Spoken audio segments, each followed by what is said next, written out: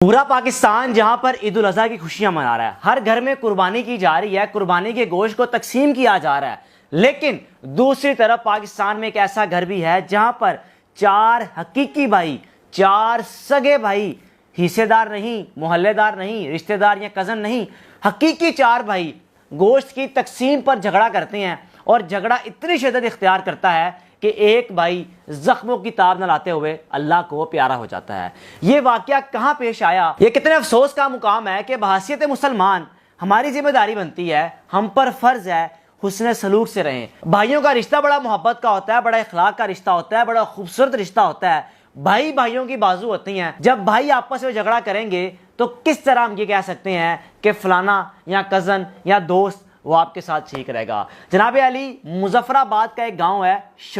شوائی میں کل قربانی کے بعد 4 بھائی، جس میں ایک بھائی کا نام نواز، ایک کا نام اسد، ایک کا نام احتشام اور ایک کا نام سجاد ہے۔ اب ان 4 بھائیوں کا تنازع ہوا جس میں بیچارہ باپ بھی زخمی ہوا، یعنی کہ باپ پر بھی چھریوں کا وار کیا گیا۔ سب سے بڑا بھائی نواز، جس نے سب سے پہلے اپنے چھوٹے بھائی اسد کو چھریاں ماری۔ اب تنازع یہ تھا کہ گوشت آپس میں تقسیم کر رہے تھے۔ یقین جانیے عام روٹین میں جیسے میں ایک مثال کے طور پہ کہہ سکتا ہوں کہ گوشت کی تقسیم ہوئی ہوگی، 4 بھائی مل کر ایک جانور لائے ہوں گے اور چاروں میں جھگڑا ہو گیا کہ بھئی میں نے یہ گوشت اتنا زیادہ رکھنا ہے، یا میرے فلانے رشتہ دار ہیں، چھوٹے نے کہا ہوگا یار میرے رشتہ دار زیادہ ہیں میں نے ان کو دینا ہے۔ یہی لڑائی ہوگی، اور کیا لڑائی ہو سکتی ہے یا کیا جھگڑا ہو سکتا ہے کہ حسن سلوک سے آپ جانور لے کر آئے ہیں، جانور آپ نے ذبح کیا، اللہ کی راہ میں آپ نے قربانی دی، اور قربانی کرنے کے بعد آپ کا ایسا تنازع ہو کہ بجائے اس کے کہ آپ رفع دفع کریں کہ نہیں یار عید کا دن ہے، کیوں آپس میں جھگڑا کرنا ہے، لوگ کیا کہیں گے، محلے دار کیا کہیں گے، رشتہ دار کیا کہیں گے،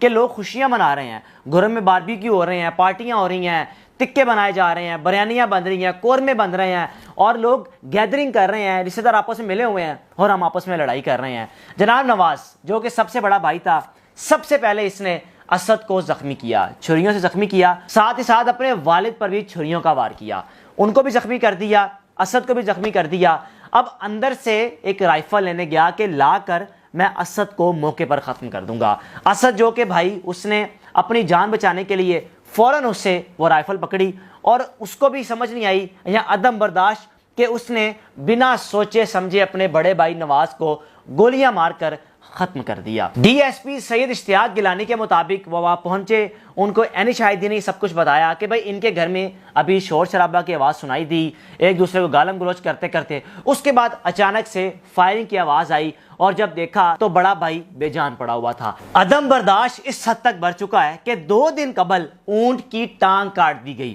اس کا قصور صرف یہ تھا کہ وہ ایک وڈیرے کی زمین پر چلا گیا۔ جناب علی، اونٹ آج جس کیفیت میں ہے، جس تکلیف میں ہے، جس طرح اس وقت وہ سروائیو کر رہا ہے، یہ وہ جانتا ہے یا اللہ کی ذات بہتر جانتی ہے۔ اس وڈیرے کا آج تک پتہ نہیں چل سکا۔ وڈیرے پر FIR درج ہوئی نامعلوم افراد کے طور پر، یعنی کہ کون لوگ ہیں وہ، کتنا طاقتور شخص ہے وہ کہ جس کو ابھی تک گرفتار نہیں کیا گیا۔ صرف اس کے ملازموں کو گرفتار کر لیا گیا، اس کے گھر میں جو لوگ کام کاج کرتے ہیں ان کو گرفتار کیا گیا، لیکن وڈیرے کو گرفتار نہیں کیا گیا۔ عدم برداشت، ان بھائیوں میں بھی آخر تنازع ہوا عدم برداشت کی وجہ سے۔ عید کا دن تھا، کچھ معاملہ تھا بھی، رفع دفع کر دیتے، لیکن رفع دفع نہیں ہوا۔ معاملہ اس حد تک بگڑ گیا کہ باپ بھی زخمی ہے اور بھائی ویسے ہی اللہ کو پیارا ہو چکا ہے۔ پولیس کی کوشش ہے کہ ان کو گرفتار کیا جائے، جو مرکزی ملزم ہے اسد کو گرفتار کر کے اس کو کیفر کردار تک پہنچایا جائے، اور پولیس نے پوسٹ مارٹم رپورٹ کے بعد جو نواز کی جو باڈی ہے وہ اہل خانہ کو دے دی ہے